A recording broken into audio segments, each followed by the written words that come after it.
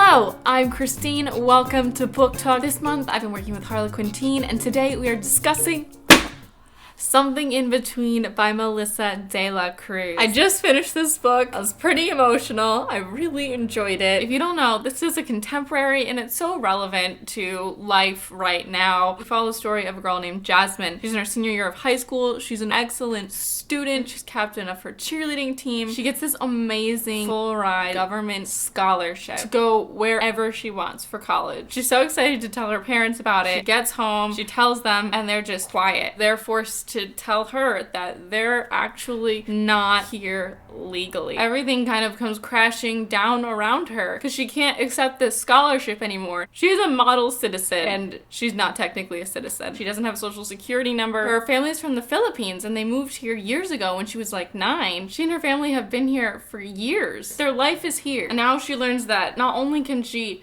not accept this scholarship, but any mistake she makes puts their family at risk of being deported. But of course, Jasmine doesn't want to give up, and she and her family are going to do everything they can to find a way to legally stay in the United States. It's just a really eye-opening story. If you don't know someone who's been through this, it makes it harder to sympathize. I know myself, growing up in the area I did, had no idea people were going through things like this. It just wasn't on my radar. Understanding these issues is so important. This book is really important. It really touched my heart. The love story was a little cheesy at times. It had its cutesy moments, but it had its okay sort of moments. But I mean, the real part of the story is Jasmine's struggle to find her place in this country that is now telling her she doesn't belong here. I'd give Something in Between 4 to 5 stars. It's a quick read. It's a quick audiobook. The audiobook was really great. So if you listen to audiobooks, I highly recommend that. If you don't listen to audiobooks and you haven't started yet, still recommend it. I'm an Audible affiliate if you don't know. You use my link in the description to sign up. You get your first book for free. I didn't even talk about the cheerleading stuff. Like, Jasmine is a cheerleading captain and I just was relating so hard to all the cheerleading stuff. I was a cheerleader in high school and the terminology, like, you don't see that much in books. You don't see people talking about it in terms of like real cheerleading. Just like the routine and like competitions and your team and the relationship with your team. And it was really, really nice. Brought me to tears a couple times. I think that's all I could say without spoiling you guys. Great, fun, quick, informative, eye-opening read. So if you haven't read it yet, I'm gonna ask you to leave now. Goodbye, non-spoilery people.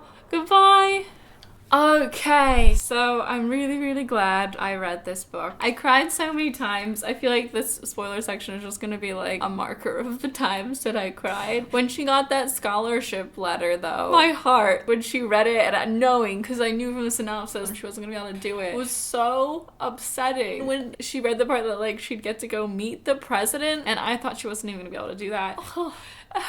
I was so proud of her, and I barely knew her, but I already felt so connected because of the cheerleading stuff in the beginning and everything she was saying about being part of the team and working so hard in school. When she met the president, oh my god, it was so cool. I was just so proud. I was so happy. I was so happy she got to go at all. Let's talk about Royce for a second. Royce at first was kind of weird to me just because he had like such stupid lines. He was so cheesy. He was like, oh wait, I forgot something. What'd you forget? To get your number.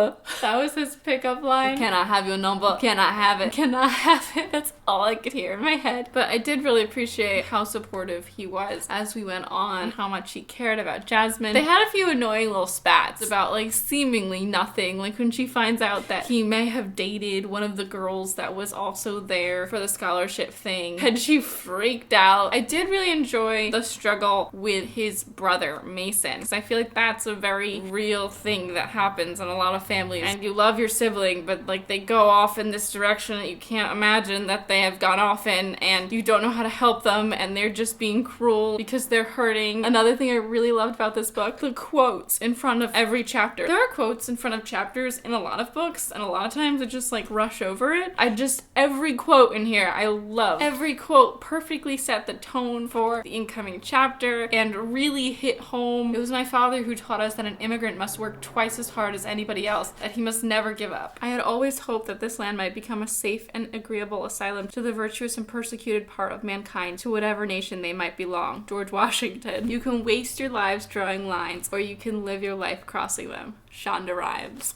It takes a great deal of courage to stand up to your enemies, but even more to stand up to your friends. Classic. The part when she tells the cheerleading team what's going on with her and her undocumented status, I think that just got the most emotional reaction out of me. The support that they showed in that moment was so amazing. A lot of times these are girls that you're not best friends with them, but you're a team. You all come together in these 3 to 5 minute routines and create something epic. And you can't do it without everyone working together. These stunts are so dependent on trust, and it creates this bond without having ever really, interacted outside of this room. And when they all come together to support her and they have this like really big hug, it was just a great moment. When you think of cheerleaders, you usually think of like bitchy, backstabbing, mean people that don't really like each other. Like that's the stereotypical TV cheerleading team. Even myself, like I was kind of the outcast on the cheerleading team, but like when it came to important stuff, I trusted those girls 1,000%. And it's weird, people ask me, like, I was a flyer, I was being thrown up in the air, like, weren't you scared, like, you're gonna fall? I was like, no, I was never scared, because I knew that these girls would always catch me. Always. Always, always, always. That trust is so real. It was just so different to see that reflected back to me in a book, because I'd never seen it before. I really liked that. The next upsetting time was the deportation trial. The helplessness that you feel in that moment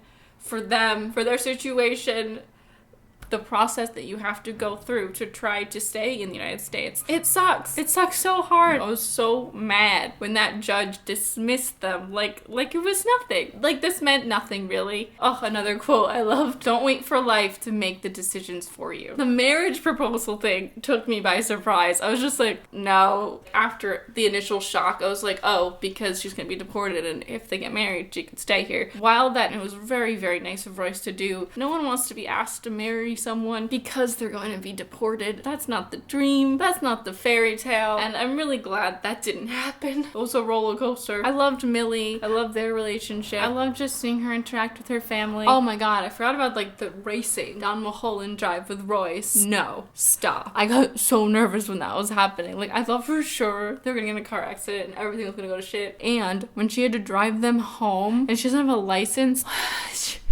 what are you doing? Some close calls up in here. I'd love to hear your thoughts, your favorite parts. I'm Christine. I make videos every Tuesday. I'm at XTINEMAY on Twitter and Instagram. All my links are in the description below. Thank you so much for watching. I will see you next time. Goodbye!